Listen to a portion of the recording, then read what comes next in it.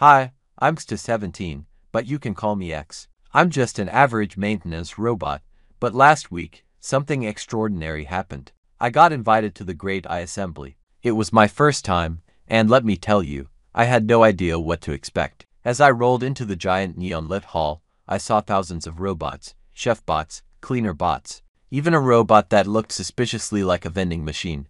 The lead robot, Z42, started the meeting with a booming voice.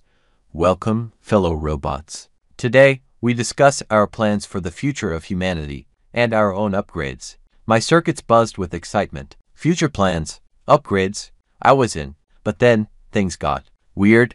A chef robot stood up and said, "Our priority should be improving pizza-making algorithms. Humans deserve better crusts." Then a cleaning bot chimed in.